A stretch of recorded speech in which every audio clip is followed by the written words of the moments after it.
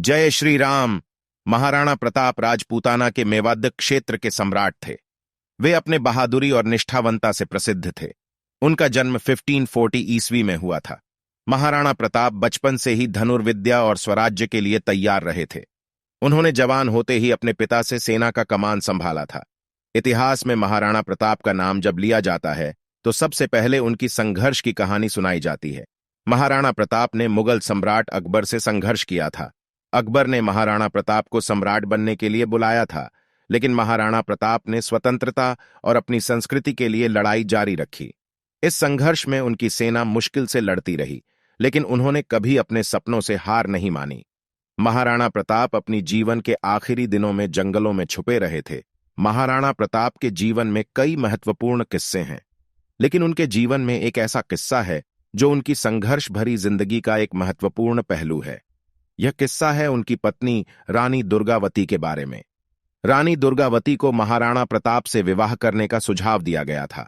महाराणा प्रताप ने इस सुझाव को स्वीकार कर लिया। उनकी शादी 1572 ईस्वी में हुई। रानी दुर्गावती बहुत ही बुद्धिमान और धीरे धीरे बढ़ने वाली स्त्री थीं। वह अपनी ससुराल में बहुत धैर्य से काम करती थीं। उन्होंने अपने पति के साथ मिलकर अपनी जनता के लिए काम किया और उन्हें दुर्गावती घाट का नाम दिया। 1577 ईस्वी में अकबर की सेना उनके राज्य में आई थी। उस समय महाराणा प्रताप बहुत कमजोर थे और सेना में कम से कम विस्तार के कारण उनकी सेना अकबर की सेना से बहुत ही कमजोर थी। इस संघर्ष के दौरान रानी दुर्गावती ने एक बहुत ही उत्तम फैसला किया। रानी दुर्गावती ने अपनी बेटी को शहीदों की तरह तैयार कर दिया था। उन्होंने अपनी बेटी को सेना के साथ भेज दिया था। इससे अकबर की सेना को उनकी शक्ति का एहसास हुआ और उन्हें पता चला कि उनकी सेना कमजोर नहीं है। उस समय महाराणा प्रताप के शीशकों ने अपने पैरों में घाव ले लिए थे, इसलिए वे अपनी सेना के साथ भाग नहीं सकते थे। अगले दिन उन्होंने अपने लाखों सैनिकों के साथ संघर्ष किया। इस संघर्ष में उन्होंने बहुत ही बड़ी जीत हासिल की। रानी दुर्गावती और उनकी बेटी ने भी इस संघर्ष में अपनी जान दी थी।